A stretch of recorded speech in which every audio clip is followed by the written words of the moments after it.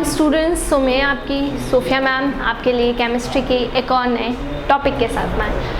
सो हम यहाँ पर पढ़ रहे हैं 2019 का केमिस्ट्री का क्वेश्चन पेपर, और इसके पहले हम 2020 ऑलरेडी कवर अप कर चुके हैं। जिन भी बच्चों को 2019 का क्वेश्चन पेपर देखना है, सो 2019 के क्वेश्चन पेपर को देखने के लिए आपको कुछ भी नहीं करना है, आपको प्लेलिस्ट के फोल्डर में जाना है, 2019 टाइप करना है।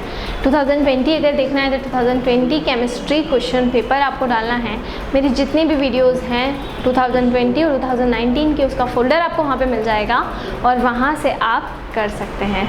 ठीक है, सो हम CBSE 2019 का क्वेश्चन पेपर सॉल्व कर रहे हैं। तो क्वेश्चन नंबर 27 से हम बिल्कुल प्रीवियस आते गए, MCQs वाले पार्ट को हटाकर मैं आपको भी ये करवा रही हूँ। सो अब हम प्रोसीड कर रहे हैं हमारा question number 6। So question number 6 जो आप लोगों को आया था, उस क्वेश्चन नंबर 6 के अंदर आपको ऑप्शन आए थे।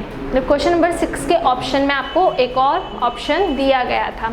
हर क्वेश्चन में आपको ऑप्शन नहीं मिलता है, मैं आपको बता दूं। कुछ क्वेश्चन ऐसे भी आते हैं जो आपको कंपलसरी है करना, लेकिन कुछ क्वेश्चन ऐसे रहते हैं जिनके अंदर आपको ऑप्शंस दिए जाते हैं। सो क्वेश्चन नंबर 6 जो हमारा था उसमें ऑप्शन आया था। मैं आपको दोनों क्वेश्चन करवाने वाली हूँ। जो ऑप्शन वाला क्वेश्चन था वो भी हम डिस्कस करेंगे। सो देख लेते हैं यहाँ पे हमारा क्वेश्चन नंबर 6 था क्या। देखिए, क्वेश्चन नंबर 6 आपसे पूछा गया था, right balance chemical equation, right balanced chemical reaction for the following process, for the following process. आपको बैलेंस केमिकल इक्वेशन बताना है। कुछ प्रोसेस मैं आपको यहाँ पर लिखवाने वाली हूँ और उन प्रोसेस के थ्रू आपको क्या करना है, बैलेंस केमिकल इक्वेशन यहाँ पर लिखनी है। चलिए अब हम यहाँ पर देख लेते हैं कि हमारी जो बैलेंस केमिकल इक्वेशन है वो हम किस तरीके से लिखेंगे। इसमें पहली हो जाएगी HCF2 undergoes hydrolysis,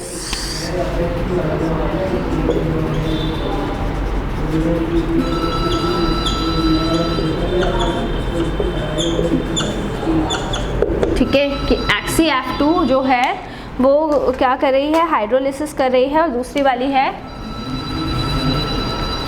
MnO2 is heated with concentrated HCl, MnO2 is heated with concentrated HCl। अब ये दो रिएक्शन है और ये दोनों की रिएक्शन आपको यहाँ पर लिखनी रहेगी। देखें, सबसे पहले HCF2 ज़ीनॉन डाइफ्लोराइड, और इसका हमें क्या करवाना है, हाइड्रोलिसिस करवाना है। सो इसके हाइड्रोलिसिस के लिए हम क्या करेंगे, हमें HCF2 लेना है और हाइड्रोलिसिस के लिए हमें क्या करना है, H2O के साथ में हमें रिएक्शन करवानी है। सो HCF2 हमने क्या लिया है, ज़ीनॉन डाइफ्लोराइड लिया है, और इसका हम क्या करवा रहे हैं, इसका हम करवा रहे हैं हाइड्रोलिसिस। हाइड्रोलिसिस मतलब वाटर के साथ में रिएक्शन। बैलेंसिंग के लिए मैंने इसको क्या कर दिया है, ट्वाइस कर दिया है।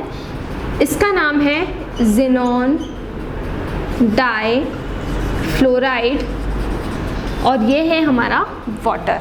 इन दोनों को हम क्या करवाएंगे, आपस में रिएक्शन करवाएंगे।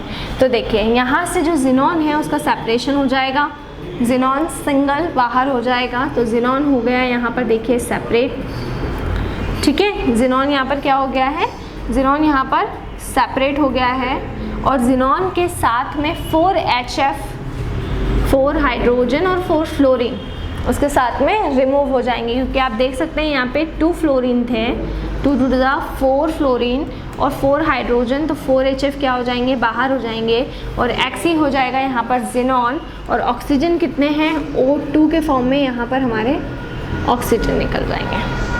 ठीक है, तो जब ज़ीनॉन डाइफ्लोराइड का हम हाइड्रोलिसिस कराते हैं तो इससे होता क्या है, इससे जो ज़ीनॉन है वो क्या हो जाता है, ज़ीनॉन हो जाता है सेपरेट, साथ में HF निकल जाएगा और O2 क्या हो जाएगा, बाहर हो जाएगा।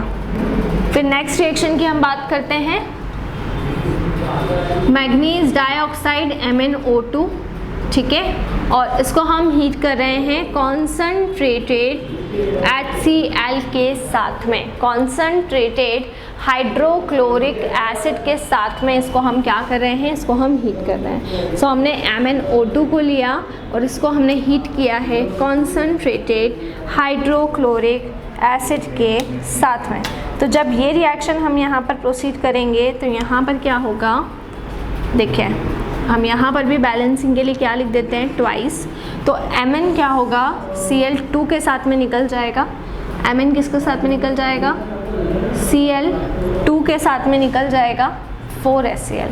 तो MnCl2 मैग्नीज डाइक्लोराइड बन गया।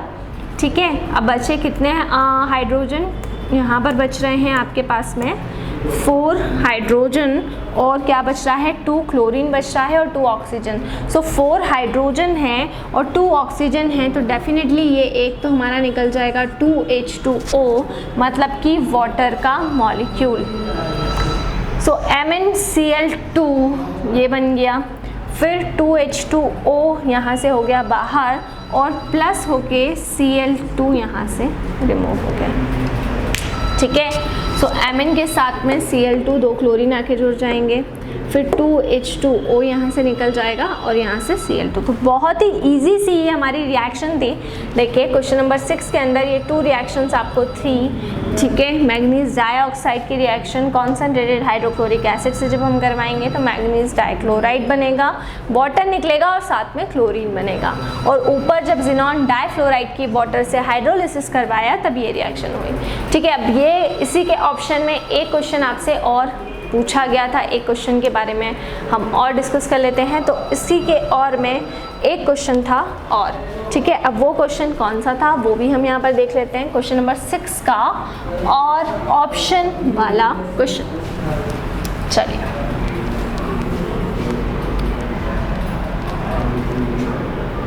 सो क्वेश्चन नंबर 6 का ऑप्शनल क्वेश्चन और वाला क्वेश्चन है,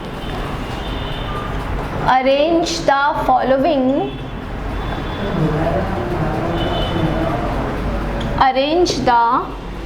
following in order to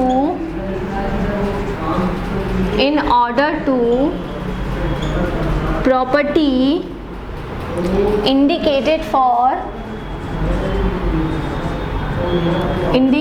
for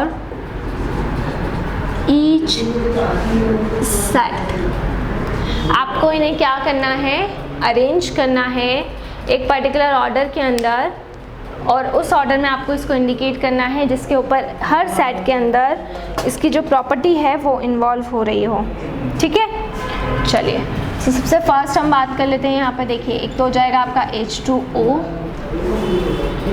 दूसरा H2S, तीसरा H2SE, चौथा H2TE और ब्रैकेट में यहाँ पर आ जाएगा increasing acidic character, increasing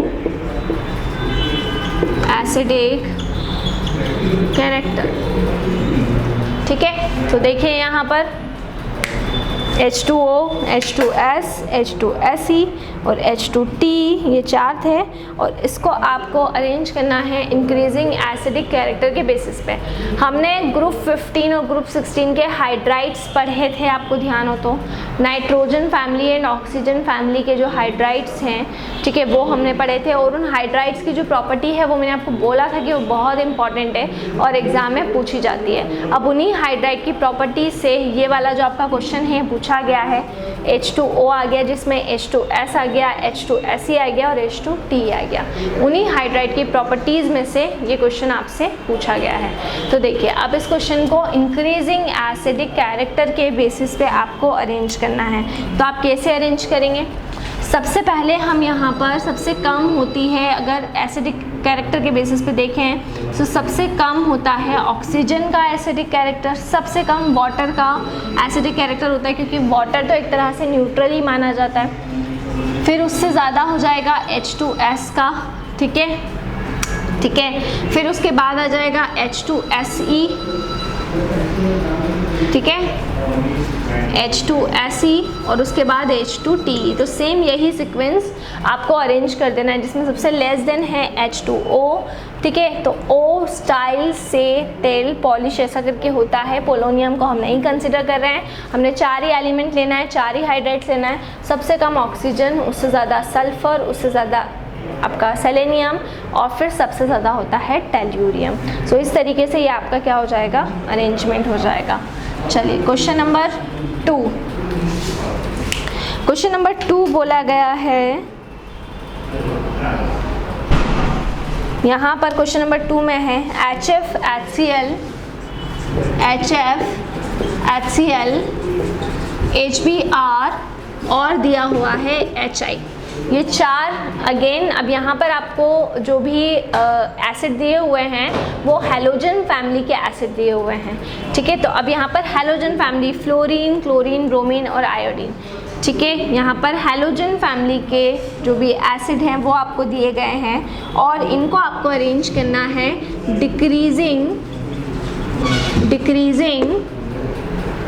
bond enthalpy के फॉर्म में। डिक्रीजिंग बॉन्ड एंथैल्पी के फॉर्म में आपको इनको अरेंज करना है, HF को, HCl को, HBr को और HI को। किसकी बॉन्ड एंथैल्पी सबसे ज़्यादा होगी वो सबसे पहले आएगा और जिसकी बॉन्ड एंथैल्पी कम होगी वो सबसे लास्ट में हमको लेना है। देख लेते हैं। तो बॉन्ड एंथैल्पी की अगर बात करें तो ये कॉन्सेप्ट भी हम जब हमने पी ब्लॉक एलिमेंट्स करा था तो उस वक्त पूरा पढ़ा है कि बॉन्ड एंथैल्पी किस तरह से डिक्रीज़ होती है, इंक्रीज़ होती है। सो जब हमने वो पढ़ा था तो फ्लोरीन की अगर हम बात कर रहे थे, यहाँ पर फ्लोरीन जब हाइड्रोजन के साथ में बॉन्ड बनाता है तो उसकी जो बॉन्ड एंथैल्पी होती है वो सबसे ज़्यादा मानी जाती है। तो HF की बॉन्ड एंथैल्पी सबसे ज़्यादा होगी। रीज़न इज़ दैट कि फ्लोरीन जो है बहुत ही ज़्यादा इलेक्ट्रॉन नेगेटिव होता है। अगर इलेक्ट्रॉन नेगेटिविटी का ट्रेंड हम हैलोजन फैमिली के अंदर देखें तो सबसे ज़्यादा फ्लोरीन, उससे कम क्लोरीन, उससे कम ब्रोमीन और सबसे कम हो जाएगा आपका आयोडीन का। सो इस तरह से पूरा जो ट्रेंड है वो यहाँ पर चलता है। तो सबसे पहले हमारा आ जाएगा यहाँ पर HF। तो HF जो है उसकी जो भी बॉन्ड एंथैल्पी है वो क्या हो जाएगी, ज़्यादा हो जाएगी। फिर इसके कंपैरिजन में अगर हम बात करेंगे किसकी, HCl की, तो बॉन्ड एंथैल्पी हो जाएगी कम। फिर जब हम आएंगे HBr पर तो बॉन्ड एंथैल्पी और कम हो जाएगी और आयोडीन पे आएंगे तो बॉन्ड एंथैल्पी और कम हो जाएगी। सेम यही ट्रेंड अगर हम देखते हैं हैलोजन फैमिली में इलेक्ट्रोनेगेटिव पावर्स का, तो इलेक्ट्रोनेगेटिव पावर्स के लिए भी जो ट्रेंडिंग होती है वो सेम होती है। फ्लोरीन की इलेक्ट्रोनेगेटिव पावर सबसे ज़्यादा, क्लोरीन की उससे कम, ब्रोमीन की उससे कम और आयोडीन की सबसे कम। तो अगर नहीं ध्यान में रहे तो आपको इलेक्ट्रोनेगेटिव ट्रेंड्स तो याद रहेगा ही, तो उसी से आप यहाँ पर जो बॉन्ड एंथैल्पी का ट्रेंड है वो आप याद कर सकते हैं। सो देखिए क्वेश्चन नंबर 6 के और में ये क्वेश्चन था, ठीक है, जिसमें हमें आपको अरेंजमेंट करना थे इन कंपाउंड्स के उनकी प्रॉपर्टी के बेसिस पर, जिसमें सबसे पहले हमें ऑक्सीजन फैमिली के हाइड्राइड्स मिले जिनको एसिडिक कैरेक्टर के फॉर्म में हमें इंक्रीमेंट से डिक्रीमेंट की तरफ इंक्रीजिंग एसिडिक कैरेक्टर के जैसा हमको जमाना था। तो H2O सबसे कम, उससे ज़्यादा H2S, उससे ज़्यादा H2Se और सबसे ज़्यादा H2Te। फिर सेकेंड वाले में हमारा आ गया था HF, HCl, HBr और HI। डिक्रीजिंग बॉन्ड एंथैल्पी के बेसिस पे इसको हमने अरेंज किया तो सबसे ज़्यादा HF, उससे कम HCl, उससे कम HBr और सबसे कम यहाँ पर हो जाएगा HI का। ठीक है, सो ये हमारा यहाँ पर क्वेश्चन नंबर 6 होता है कंप्लीट। नेक्स्ट वीडियो के अंदर हम और कुछ क्वेश्चन नंबर 5, 4, 3, 2, 1 डिस्कस करेंगे। तो इसी तरह से जुड़े रहिए हमारे साथ में, वीडियोस को लाइक करते रहिए, चैनल को सब्सक्राइब करना ना भूलें। कोई भी डाउट, कोई भी क्वेरी हो उसे आप कमेंट सेक्शन में डाल सकते हैं। और अगर आप हमसे ऑनलाइन होम क्लासेस पढ़ना चाहते हैं सो हम आपको ऑनलाइन होम क्लासेस की फैसिलिटी भी प्रोवाइड कर रहे हैं। हमसे ऑनलाइन होम क्लासेस पढ़ने के लिए डिस्क्रिप्शन में जाकर सारी डिटेल्स ले लें और हमसे कॉन्टेक्ट करें। Stay home, stay safe and study hard. Thank you.